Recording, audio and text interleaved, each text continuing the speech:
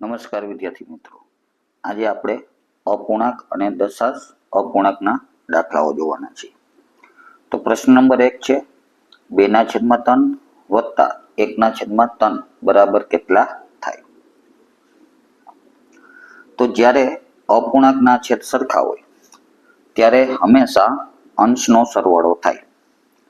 તો અંશમાં આપણે આપેલા છે 2 અને બીજામાં આપેલું છે 1, એટલે 2 વત્તા 1 એટલે 3, અને છેદ હંમેશા એક ફેરે લખવો, એટલે કે 3/3 એ બે ઉડી જશે એટલે આપણો જવાબ આવશે 1, એટલે કે આપણું ઓપ્શન સી 1. પ્રશ્ન નંબર 2 જોઈએ. 0.25 ને અપૂર્ણાંકમાં કેવી રીતે લખાય? તો 0.25 એટલે 25 પૈસા ને 1 રૂપિયામાં 100 પૈસા હોય, તેથી 0.25 ને આપણે પોઈન્ટ કાઢી, એટલે પોઈન્ટ પછી બે આંકડાઓ છે, બે આંકડાઓ હોય તેનો આધાર 100 કહેવાય, એટલે કે 25/100.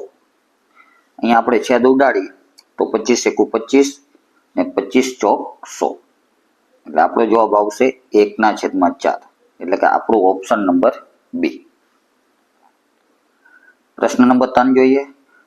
3/5 ને દશાંશમાં કેવી રીતે લખાય? તો અહીંયા આપણે 3/5 ને દશાંશમાં ફેરવવા માટે છેદમાં આપણે 5 આપેલા છે, તો 5 ને 2 વડે ગુણી એટલે 10 થશે, ને 3 ને પણ 2 વડે ગુણી નાખીએ એટલે 6 થશે, એટલે કે 6/10. ને છેદમાં જો 10 હોય તો આપણે પોઈન્ટ મૂકી શકાય, એટલે કે આપણો જવાબ આવશે 0.6, એટલે કે ઓપ્શન સી. એના પછી પ્રશ્ન ચોથો 0.50 વત્તા 0.50 બરાબર કેટલા થાય? તો 0.50 એટલે અડધો રૂપિયો કહેવાય, એટલે અડધો રૂપિયો વત્તા અડધો રૂપિયો બરાબર 1 રૂપિયો થાય, એટલે કે આપણો જવાબ આવશે 1, ઓપ્શન નંબર સી. પ્રશ્ન નંબર 5 જોઈએ. 1/4 વત્તા 1/4 વત્તા 1/4 વત્તા 1/4 બરાબર કેટલા થાય? તો અહીંયા તમે છેદમાં જુઓ તો છેદ સરખા છે, છેદ સરખા હોય તો અંશનો સરવાળો કરવાનો, તો 1 વત્તા 1 વત્તા 1 એટલે કે 4 થશે, એટલે ફાઇનલ આપણે 4/4 મળશે, 4 4 ઉડી જશે, એટલે આપણો જવાબ આવશે 1, એટલે કે ઓપ્શન નંબર સી. પ્રશ્ન નંબર 6 જોઈએ. તો 0.75 - 0.50 બરાબર કેટલા થાય? તો 0.75 એટલે પોણો રૂપિયો થાય, અને 0.50 એટલે અડધો રૂપિયો થાય. પોણા રૂપિયામાંથી અડધો રૂપિયો બાદ કરી દઈએ, એટલે કે બાદ બાકી કરવાની છે. 75માંથી 50 બાદ કરો એટલે 25 વધે, પણ અહીંયા પોઈન્ટ છે એટલે આપણે પણ પોઈન્ટ મૂકી દેવાનો, એટલે કે 0.25, આપણો જવાબ આવશે એ. પ્રશ્ન નંબર 7 જોઈએ. 5/10 ને દશાંશમાં કેવી રીતે લખી શકાય? તો અહીંયા છેદમાં 10 આપેલા છે, અંશમાં 5 આપેલા છે. જ્યારે છેદમાં 10 આપેલા હોય ત્યારે આપણે ડાયરેક્ટ પોઈન્ટ મૂકી શકાય, એટલે કે 0.5, આપણો જવાબ બી. એના પછી પ્રશ્ન નંબર 8 જોઈએ. 0.3 × 3 બરાબર કેટલા થાય? તો 3 × 3 કરો એટલે 9 થાય, ને આગળ પોઈન્ટ આપેલો છે તો એ 9 માં આપણે પોઈન્ટ મૂકી દેશે, એટલે 0.9 થાય, ઓપ્શન નંબર બી. પ્રશ્ન નંબર 9 જોઈએ. તો 8/10 ને દશાંશમાં કેવી રીતે લખી શકાય? તો છેદમાં અહીંયા પણ 10 છે, અંશમાં 8 છે, 10 હોય એટલે ડાયરેક્ટ પોઈન્ટ મૂકી શકાય, એટલે કે 0.8, ઓપ્શન નંબર બી. પ્રશ્ન નંબર 10 જોઈએ. જો એક પિઝાના 8 સરખા ભાગ કરીએ તો દરેક ભાગમાં કેટલા કહેવાય? તો એક પિઝા છે એટલે 1 લખી, 8 ભાગ એટલે ભાગની વાત આવે એટલે ભાગાકાર કરવો પડે, ને ભાગાકાર કરવાનો હોય એટલે છેદમાં રાખવું પડે, એટલે 1/8, આપણો ઓપ્શન થાય સી. પ્રશ્ન નંબર 11 જોઈએ.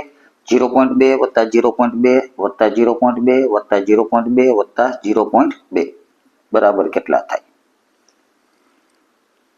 તો અહીંયા 2 છે એ 5 વખત આપેલા છે, એટલે 2 વત્તા 2 એટલે 4, 4 વત્તા 2 એટલે 6, 6 વત્તા 2 એટલે 8, 8 વત્તા 2 એટલે 10. પોઈન્ટ મૂકો એટલે વચમાં પોઈન્ટ આવશે એટલે 1.0, એટલે કે આપણો જવાબ આવશે સી.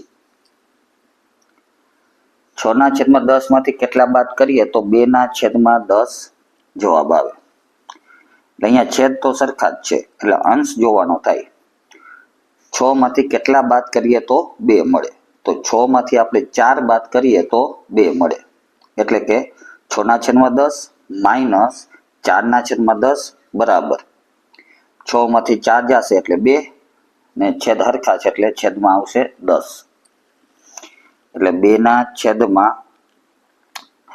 જવાબ આવવો જોઈએ. તો આપણે 4/10 બાદ કરીએ તો જવાબ આપણો મળી જાય છે, એટલે કે ઓપ્શન નંબર ડી આવશે. પ્રશ્ન નંબર 13 જોઈએ તો 0.4 ને અપૂર્ણાંક સ્વરૂપે લખો. તો 0.4 છે એટલે પોઈન્ટ પછી એક આંકડો આપેલો છે, એક આંકડો આપેલો હોય તો છેદમાં 10 લખાય, એટલે કે અહીંયા આપણે 4/10 એટલે કે 0.4 બરાબર 4/10 લખી શકાય. 4 એટલે આપણે આમ લખી શકાય 2 ગુણ્યા 2, 10 એટલે 5 ગુણ્યા 2, એ 2 ઉડી જશે એટલે 2/5 જવાબ આવશે, એટલે કે આપણો ઓપ્શન નંબર બી.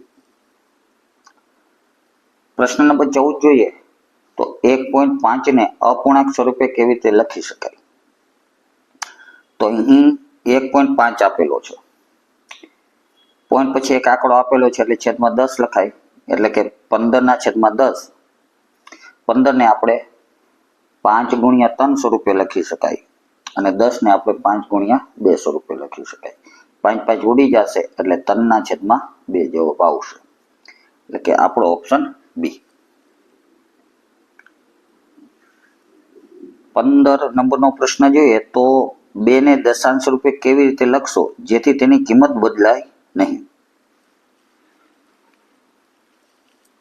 એની કિંમત બદલાવી ન જોઈએ ને દશાંશ રૂપે લખવાનું છે આપણે. તો ઓપ્શન 1 જોઈએ તો 0.2, એનો મતલબ થાય 2/10, તો એ તો કિંમત બદલાઈ જાય છે. ઓપ્શન નંબર 2 જોઈએ તો 2.0, તો એ 2 જ કહેવાય, એટલે અહીંયા કિંમત બદલાતી નથી આપણી, તો એનો મતલબ આપણો જવાબ થશે બી 2.0. તો આવા જ વિડીયો જોવા માટે અને નવોદય વિદ્યાલય પરીક્ષાની તૈયારી કરવા માટે અમારી ચેનલને સબસ્ક્રાઇબ કરો, શેર કરો.